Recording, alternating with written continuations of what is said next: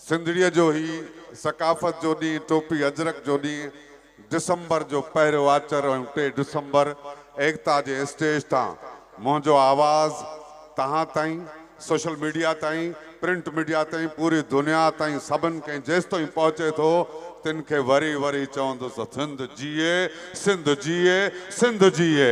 दोस्त साम्हूं कुझु ॻाल्हि कनि पिया त धरती जे पुटनि खे प्रेस क्लब अचण खां रोकियो पियो वञे गोरा कब्रिस्तान कंहिंखां कोरंगी खां भला तूफ़ाननि खे के रोकींदियूं आहिनि छा बन्ना त पोइ ही तूफ़ान पहुची विया आहिनि प्रेस क्लब ते रोकण वारनि ते परेशान छो था थियो? ए फूसड़ियूं टिट बिट हणंदियूं रहंदियूं आहिनि इन्हनि ते परेशान न थियो।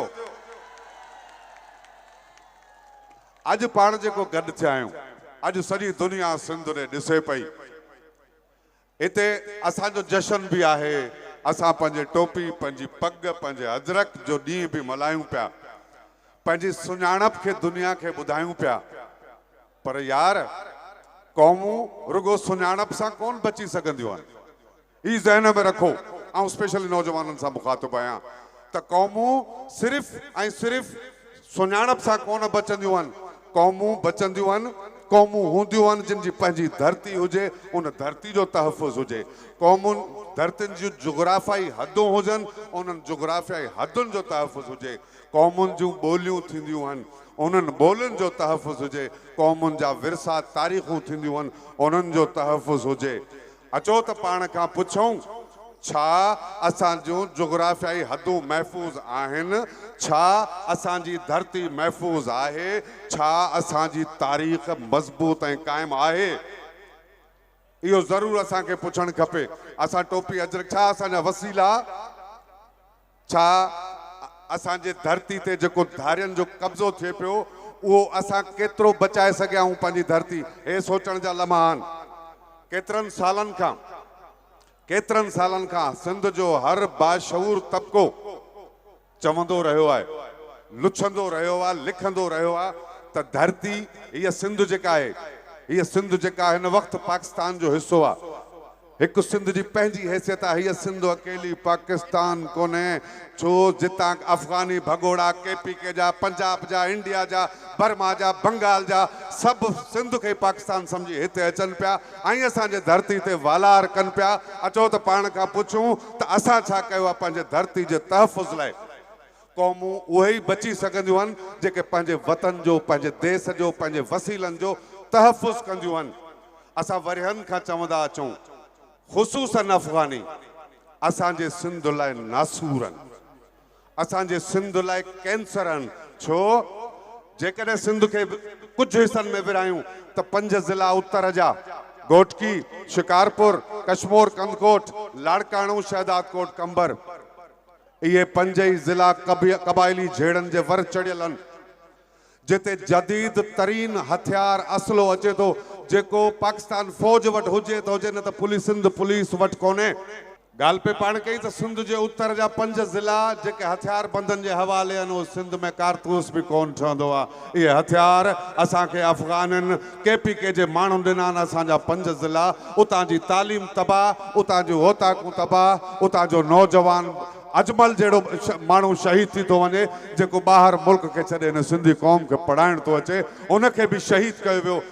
उत्तर सिंध जा 5 ज़िला क़बाइली झेड़नि जे हथ में कराची जा 7 ज़िला जिते चइनी पासे अफ़गानी बस्तियूं अफ़गानी ॻोठ ठाहिया विया आहिनि। हुकूमत ऐलान कयो त अफ़गानी पाकिस्तान मां निकिरनि ऐलान शर्त इस्लामाबाद में अफ़गाननि जा ॻोठ ठाहिया विया पंजाब मां उन्हनि खे प्राइवेट माण्हुनि तड़े कढियो पर ऐं सिंध में इश्तिहार ॾिना विया आहिनि हुकूमत तरफ़ां कहिड़ा त हे नंबर लिखी छॾियो जेके अफ़गानी ॾिसण में चयो असांखे ॿुधाइजो को हया शर्म आहे हिननि खे कोन्हे त जिते कराची में अफ़गानी कैंपूं अफ़गानी ॻोठ क़ाइम आहिनि उहो ॾिसण में कोन था अचनि अखियुनि खां एतिरा अंधा आहिनि। असां छा सम्झूं त हीअ अफ़गाननि खे कढण में संजीदा कोन आहिनि छा? सो असांखे ही एक्शन खणणो पवंदो।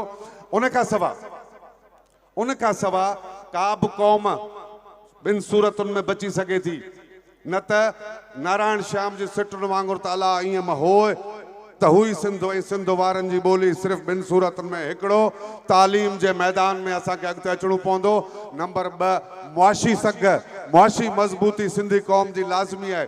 असांजो मां बार बार चवंदो रहियो आहियां पंहिंजे हुननि में त असांजो नौजवान जेको चारई पहर नौकरी जे पुठियां त मन का नौकरी मिले पठे वाली मिले इन खां निकिरो कराची अचो हिते केला खपायो बिरयानी खपायो। हाणे त अफ़गानी कराची मां बि थोरा थोरा निकिरनि पिया। तनूर बि हणो पंहिंजा कारोबार कयो। मूंखे यकीन आहे त धारियो तव्हांजे धरती ते कब्ज़ो न करे सघंदो तव्हांजी सिंध जो वार विंगो न करे सघंदो ऐं कराची मां लोठिया ईअं तड़िजी निकिरंदा जीअं गॾह जे मथे तां सिंह। महिरबानी करे गाॾी खे जॻह ॾियो। गाॾी जे तव्हांखे हिकु भेरो वरी मुबारकबाद ॾियां थो ऐं दिलि चवे थी त हिकिड़ी उन्हनि माण्हुनि लाइ 4 सिटरूं पेश कयां जेके सिंध जी दलाली था कनि जेके सिंध खे विकिरो था कनि जेके सिंध ऐं सिंधी क़ौम खे तबाह करण जे पुठियां लॻा पिया आहिनि। असां जहिड़ियूं टोपियूं पाए असां जहिड़ा अजरक कुलनि में विझी धरती माउ जो सौदो था कनि उहे गद्दार आहिनि उहे असां मां न आहिनि। उन्हनि ते भरपूर लानत हुजणु खपे जेको धरती माउ जो सौदो करे। ऐं कुझु सिटरूं बसि उन्हनि गद्दारनि लाइ ऐं उन्हनि लाइ हिकिड़ी टिप जेके तव्हां नौजवाननि खे ॿुधाइण थो चाहियां त माइकशनि खे थी मध घुर्जे ऐं माइकशनि खे थी मध घुर्जे ऐं चरसीअ खे सिगरेट या सुल्फी भंग खे घोटण लाइ मवालीअ खे डंडो ऐं कूंडो घुर्जे। माउ जो सौदो करे थो जेको पको पको सो बेग़ैरत आहे अहिड़े खे त ड्रिबाई लाज़िम थुक लानत ऐं भूंडो घुर्जे थुक लानत ऐं भूंडो घुर्जे। जीए सिंध जीए सिंध जीए सिंध धरती जी पारत हुजेव।